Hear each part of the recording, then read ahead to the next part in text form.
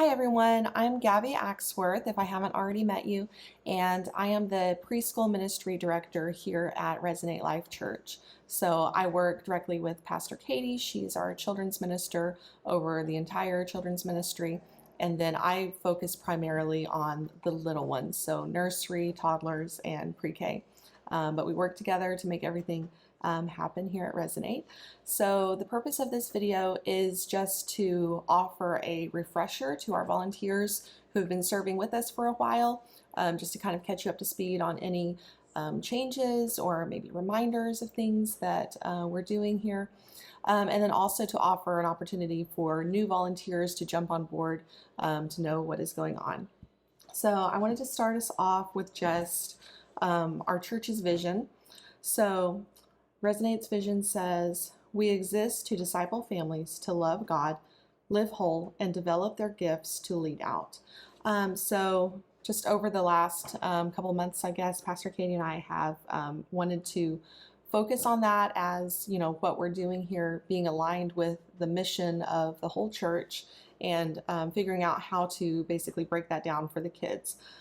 So what it comes down to is we're tiering it basically so that the little kids are focusing on loving God and experiencing God's love and learning what love means, what does it mean to be loved by God and to love Him. And then the older kids will be focusing on living whole. And then as they get into youth with Pastor Miguel, then they'll be learning about what it means to lead out.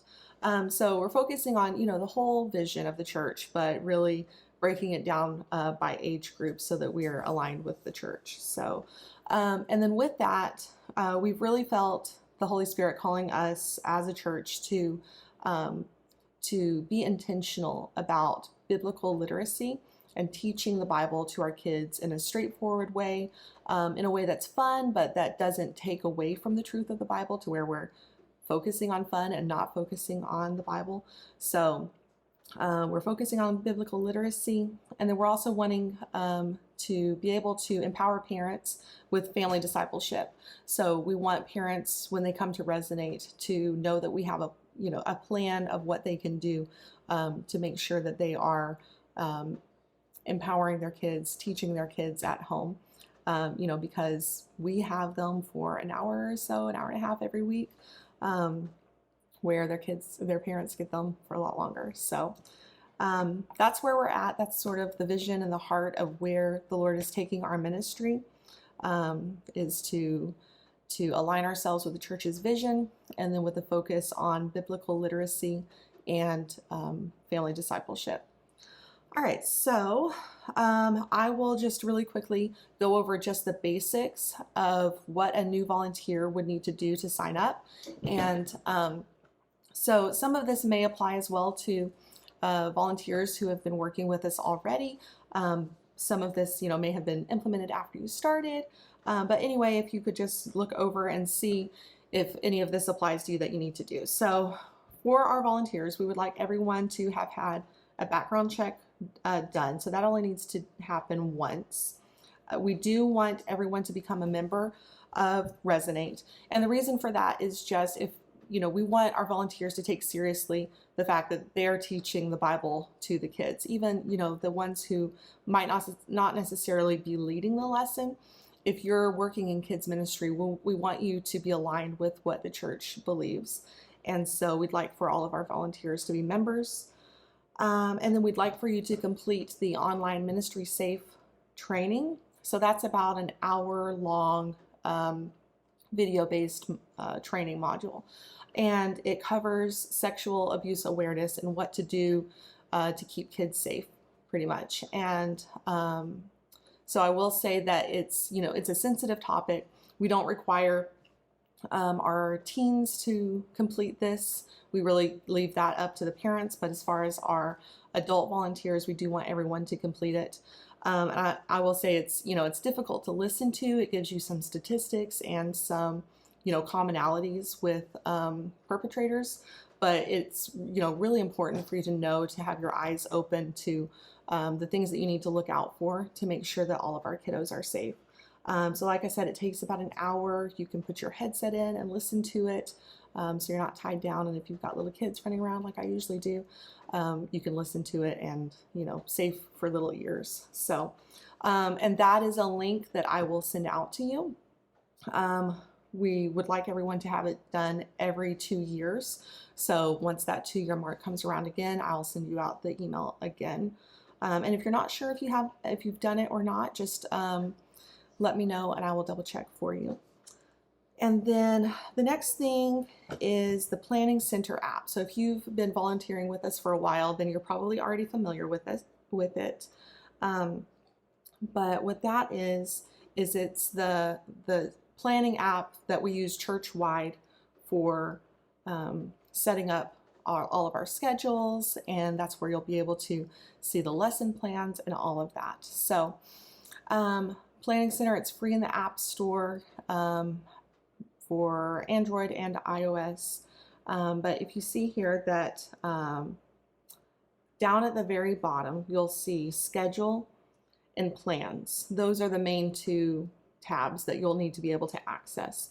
So from the My Schedule tab, you will be able to add blockouts. So we really encourage our volunteers, if you know that, say coming up next month, you're going to be out of town, to go ahead and block out the dates that you're not available.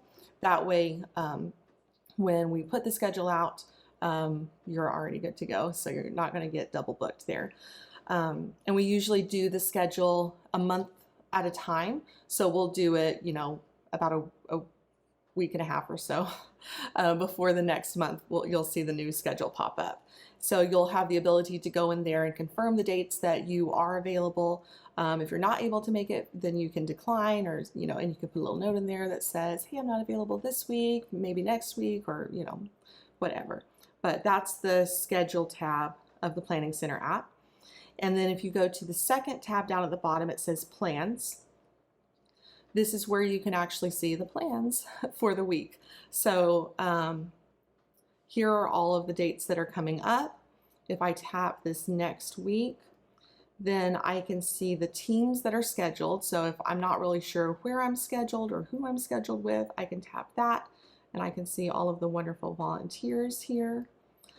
And then if I go back, and then you go down to Files, this is where you can view the lesson for the week ahead of time. So all of these are PDFs, so they should be fairly easy to open and view on your iPhone. But you can go through and read over the lesson. We really do encourage you guys as well to, get in the Word ahead of time and spend time praying over it, and just taking this, seriously, and taking it to heart and taking ownership over, the impact that you're having over the kids. But this is just an idea of what the lesson will look like. And then in each class itself, we'll also have, kind of a suggested schedule on the wall that you can refer to get an idea of the flow of the class. And then let's see. All right, so that is the Planning Center app. So far I've talked to you about 2 different tech pieces that you need to know. So there's Ministry Safe, that's the online sexual abuse awareness training. Then this one is Services, also known as Planning Center, but it's that green app there. So Services is like the overall name.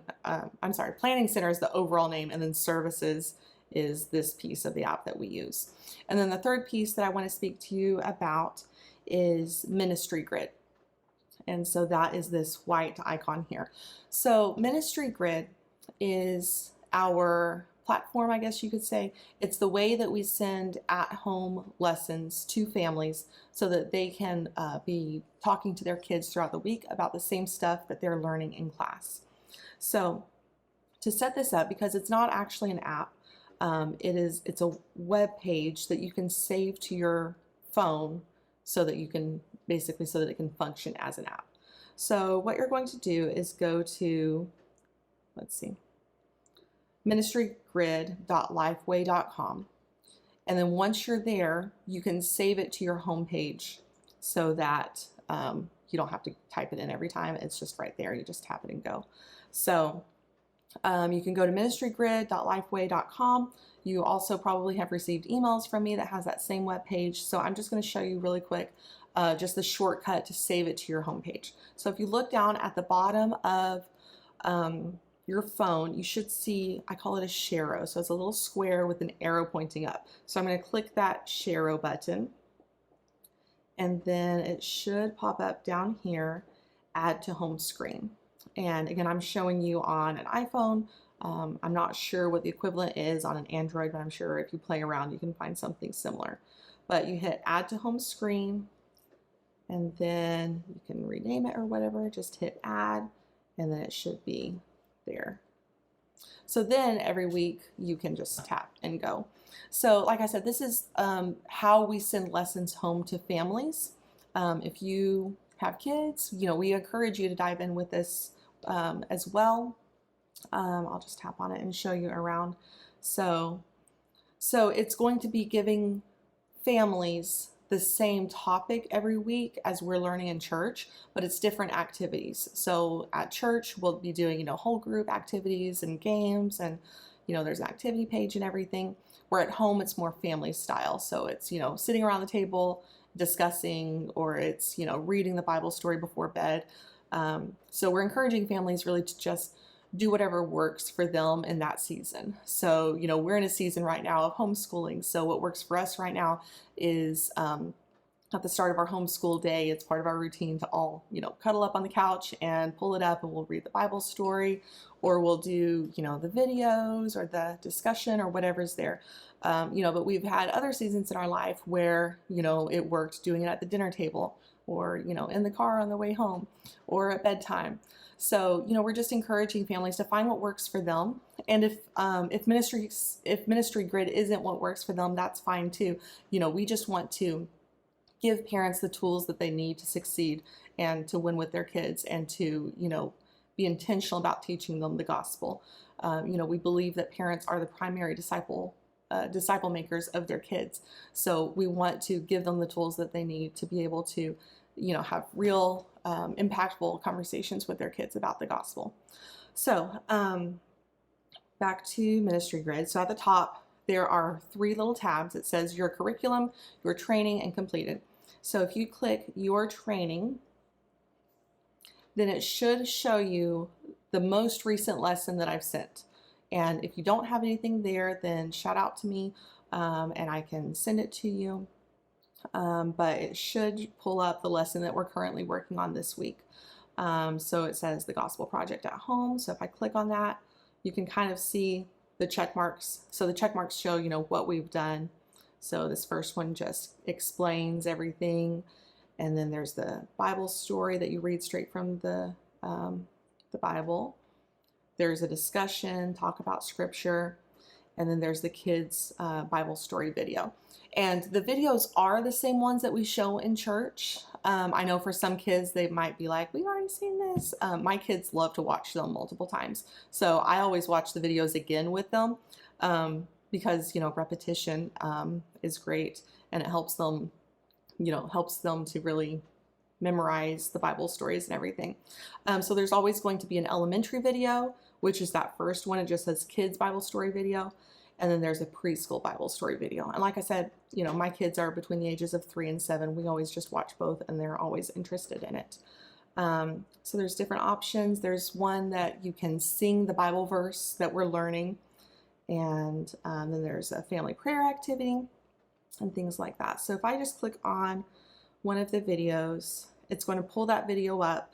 And it works for me with my TV, but you can stream it to your TV, and makes it a little bit easier to watch it as a family.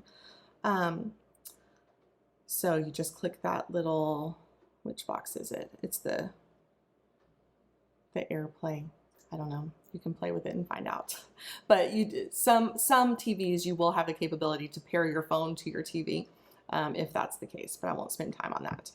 But anyway, that is Ministry Grid. Again, if you have kids, we would love for you to, do this with us. If you don't have kids and, you're a volunteer, a teacher, we just want you to know, what it is that we're offering to families so that you can talk to them about it. All right, so that is Ministry Grid.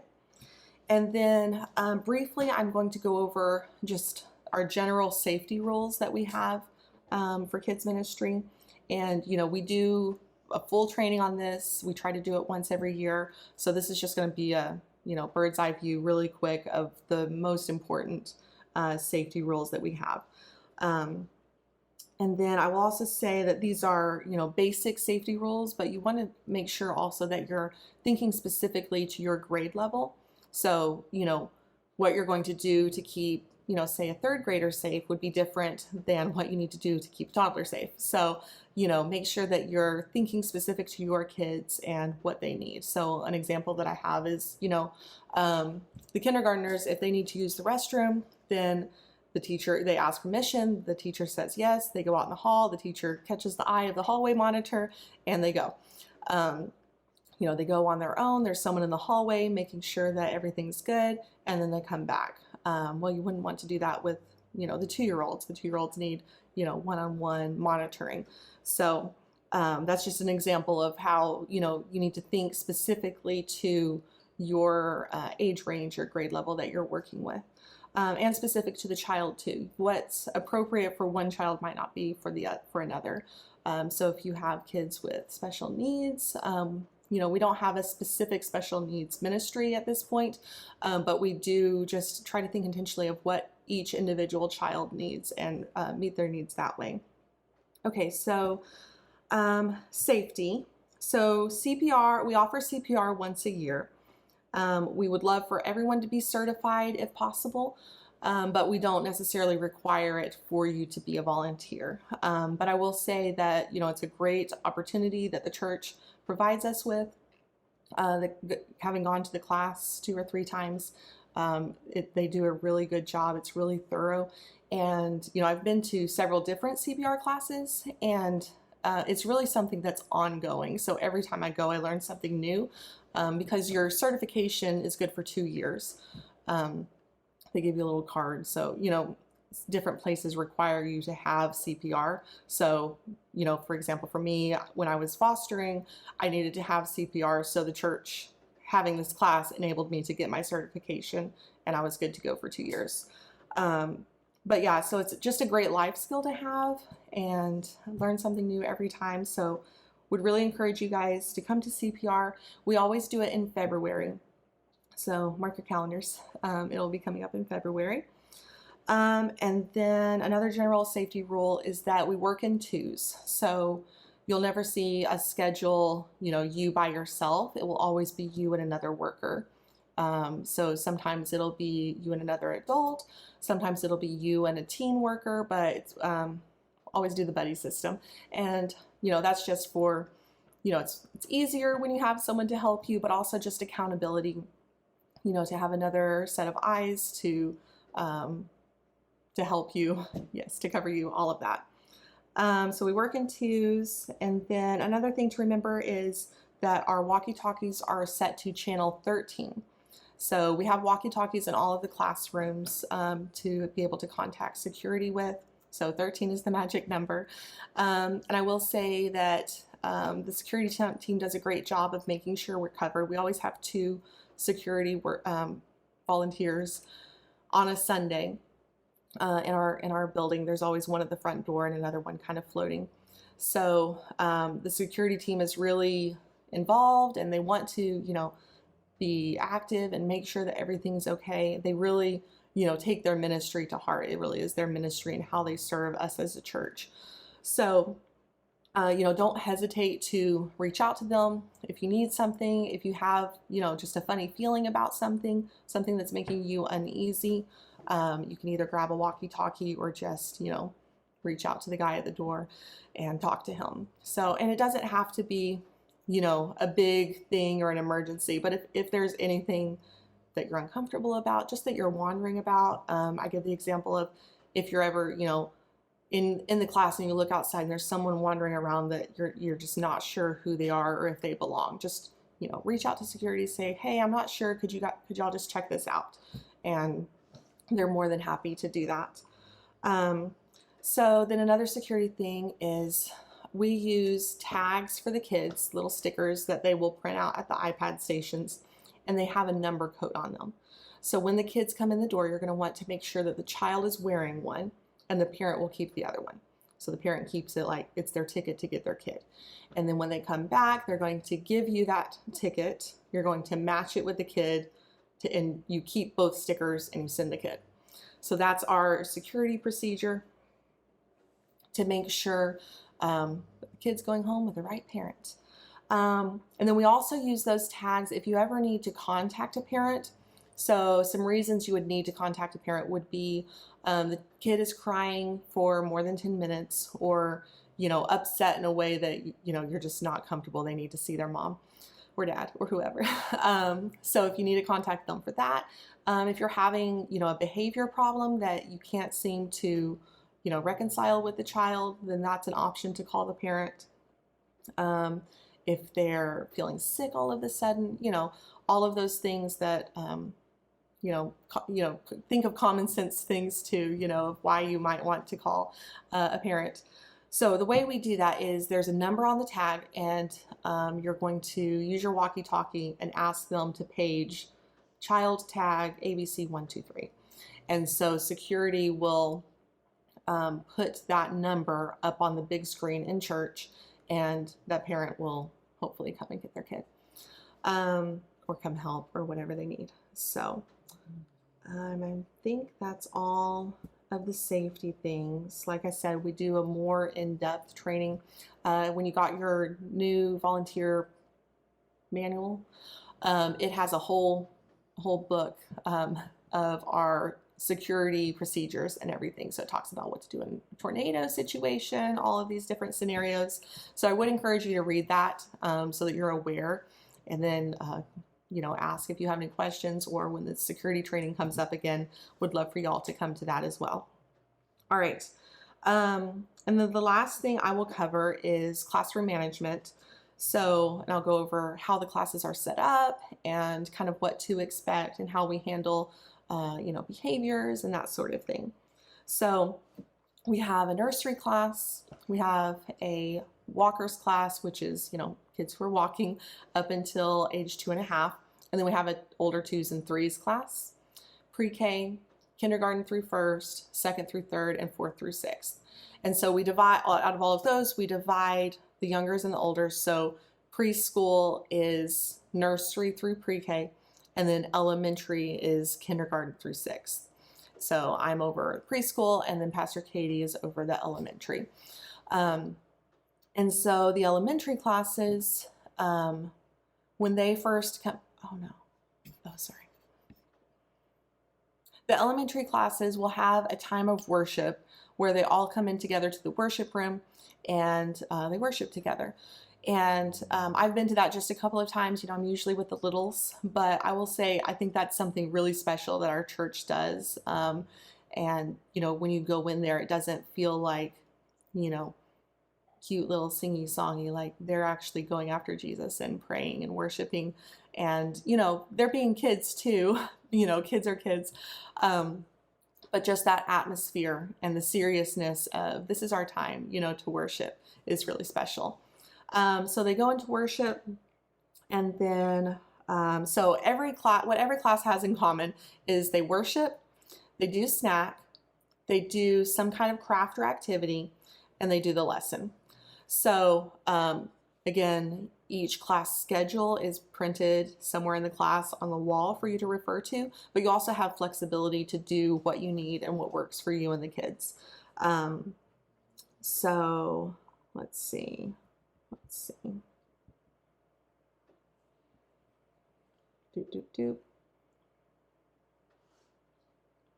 So when you're getting ready to teach, and especially if you want to teach the lesson, not just come in and help, we will assign you to a class. We'll talk to you and see, what you're comfortable with, what your experience is, what you kind of want to do. And we'll put you in that class first as a helper, kind of really just to observe and help out, pass out goldfish, that sort of thing. And then, we'll schedule you in that situation kind of until you're comfortable. So you kind of get the hang of it, you know, the routine, you get to know the kids. And then when you're ready, we will, you know, schedule you to run the show. So, you know, that can be an ongoing conversation, and we want it to be, you know, successful for you. So if you find that in the class you're in, it's not working, you want to try a different one, you know, we're more than happy to schedule you there. So we want it to be what works for you and where you're going to be using your gifts to the fullest extent. So after you observe for a few times, then we'll go ahead and schedule you to run the lesson. And then just talking about behavior. So something to think about with kids coming into church is that, you know, we're not like parents at home, and we're not like teachers at school, because we have them for such a short period of time. We have them for a few hours on Sunday morning, and then they go home. And, you know, there's very little control that we have over their little worlds. So, you know, you're not going to be able to make these big behavior modifications. And that's not really what we want anyway. You know, we're after their hearts for the gospel. And so my encouragement to you would just to be, you know, to focus on that, you know, have expectations of how you want them to act, keep them safe, obviously, draw lines where you need to draw lines and be assertive, and, you know, have class rules. I go over my class rules with my kids, you know, every couple of weeks. It should be every week. But just know that, you know, it's okay if it's not perfect. If they're safe, if they're learning about Jesus, they got some goldfish, they're going home, then, you know, we're happy. So, and then the one thing we do want to focus on is, you know, having a relationship with the kid and starting from there. So the child is going to be a lot more, you know, willing to comply with what you're asking, or just go along with the flow of the class if they know you and they're comfortable with you and they know you like them and they like you. So, you know, really building relationships from an early stage can go a long way. So, and then, so if there's, you know, something that's a safety concern, like you think they're going to run out of the building, or they're disrupting their class, or, you know, you're worried that one of the other kids might be hurt. If it's something that's a big deal, then, you know, like I said earlier, you can reach out to security and have them call the parent. And, you know, when the parent comes, we do want you to make sure that you're communicating with them in a loving way, you know, that you're on their side for their child, and, you know, hey, I'm concerned, and how can we help? What works for you? You know, those sort of things. So that's what we would encourage you to do. And then the only other thing is at the end, if you guys wouldn't mind, so our cleanup procedures are pretty minimal. We just would like you guys to basically pack up everything that was in the tote or whatever the lesson was in, put it back like in the cabinet, clean up the snacks back in the cabinet, and then so at the end, we take all the trash out, we reline the trash bags, and all the trash goes to the front of the building and it gets hauled off. So put everything back and take the trash to the front of the building, and that's pretty much it. So we have a lot of fun, and we're excited that you're either already here or going to be joining us soon. So we appreciate everyone who spends time with these kids and puts their heart into it. You know, that's my heart as a teacher, is to, you know, build the relationships with the kids and to, you know, have fun with them on Sundays and get to know them and to see them grow in their walk with the Lord. And so it means a lot to me when I see other people too, you know, in other professions where teaching isn't really their thing, but that they see the value in that as well. So we're grateful for you and looking forward to learning with you with the kiddos. Thanks for tuning in.